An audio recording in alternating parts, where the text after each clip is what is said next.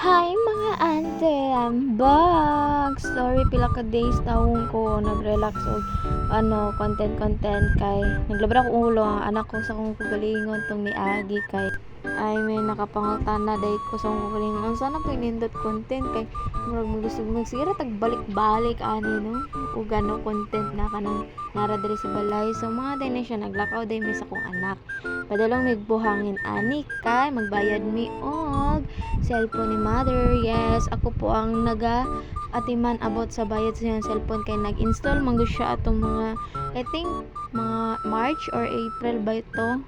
Syempre, ang kwarta nga bayad nako sa cellphone gikan kang mama. Puhon na tamang libre sa kong mama og makwartahan na ta. Malay nimo, kwartahan ta puhon.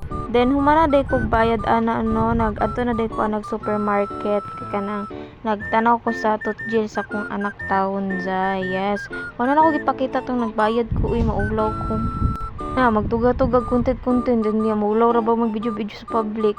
Nag-content pa ka girl. Lagi unahan na ta mo ha, sig pang bash kang mothers. Then day ko nakatulo ka klase man yung tutjil no. Duha man na pink ug ang yellow is for pa din na siya for infants and I think mga 6 months to din na siya 6 months to 2 years old kay kanang green bitaw is kanang pang toddler da ay to siya kanang ambutoy ngano mag-explain mo ko sa inyo pwede ra man niya i-search bitaw oy and then dali ra man ko dira kay igo ra mo ko nagparitug-tutyo sa akong anak kay mura man akong tuyo wala naman ko laing paliton sad. Then, ayun na ninyo, sige, pansinan akong now. Yes. Makitaan ko ninyo, grabe akong pag-tiktok, grabe akong filter dito, te. Dito ko gwapa, jud as in. Filter lang jud to tanan na dito sa TikTok. Tanawan ninyo akong anak, te. Wala na, nagsugod na jud yung tantrums, te. Managay na yung anda, panganak pa. Pag anak dito panganak. Ay, pareho man jud na ba? Then mao to no, na ako gipakita sa inyo na nakauli na me. Pero dito ko ni uli sa kong mama. Nagkasalubong day mid dito sa buhangin di ay sa palengke. Mao to nag-decide ko dire sa siguro ko matulog sa kong mama kay pagkaugma manggod mulakaw na ni sila. Ay malingaligo na sila dagat siya hang amo. Char. Di ba nakabawi-bawi si mama kay dako na manggug ko. So di na kay ko na ati manunon kay ako na may mag-atiman pulugan sa kong anak so nagpuli ming duha.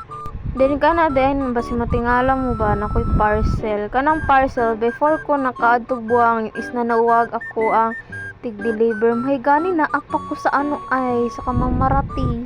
Natunong sad nga pagawas na ko sa amua tapos kalitra siya panawag. Mao to no kapin mo kay muuliin no para ihatod lang ng parcel dito sa balay. Idala na lang ako pa tubuang na ibala mo diha. Kana di akong gipang palita po din ako sa pag-eskwela. Yes po, may eskwela ko balik. As lang. Kaya once a week lang sad. And then, ayun ninyo napansin akong bil-bil diya ha? Yes po, tambok jug ko. Di jug ko na ikadinay. Diba si ante, nagkore-kore na naigno sa scientific calculator te. Murag tama na sig tanaw sig kore-kore ha. Kaya basta matuna scientific calculator ni mante ko. Tapos nakyutan di ko niya sa niya battery kay duha ka buok tas mga lingin lang siya ba and then kanya di akong abrihan karon duha ka notebook yes duha lang kay nanam ko'y binder mo to nagpalit ko kanang notebook kay mangkut kanang namong sila ginaingon na ginapasa baya ang mga notebook no kanang nay ubang mga teacher nga nagapapasa sila kanang notebook so at least na ko'y extra daan di ba. Story, di na ako mag-explain kay maglisod yung explain ng mga ante ko ay that's why di ko pwede mag-report pohon kay maglisod kong explain di yun yung masabtan akong explanation pero bitaw ay kanay na po kay sapatos na sad yes wala pa ko yung sapatos ko na pang eskwela ha ay musig pang judge diha na ay hayay dagdag parcel andi ko pang eskwela na ko na te dili ko na kanang luho-luho lang or once lang jud ko na kay needs jud ako na siya te talagsa ra taong kay kung makapalit og para sa ko ang mga gamit din syempre kanang sapatos na ko dili ra na pang eskwela na po dala pang lakaw na then masin mga tanang mo sa kung mamag akong anak nara dara sa kilid nagpadaplin sila kay murag nagbanding manggod ang duha kay ang akong anak tahon. Talagsa ra kay sila magkita siyang mama pero suliton jud na niyag mayo.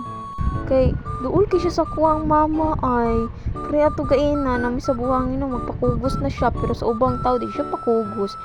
Pamilyar ka ng pamilyar ra bitaw siyang naong dara siya pakugos pero pag sa laing tao nga magdi familiar siya hang nang asa siya maghilak-hilak pa na akong anak diya. Di ba lisod kay kawaton akong anak ingana jud akong anak pero pasalamat na lang gyapon ko kay dili jud siya dali pud makawat.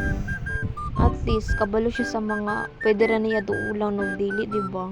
Pero bitaw dara day ay nga time kay kanang nagsukat na day ko sapatos diha di ya 38 ba akong size nya nag-add one size ko so 39 na akong gi-order. Sus mga ante ko may gani no kay nag-add size jud day ko.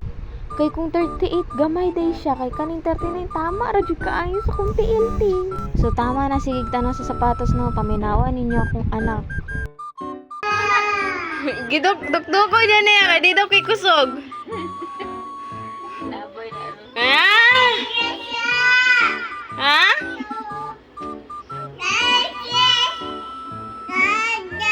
Kalungan na tong suga day. Ay gidok-dok na ama.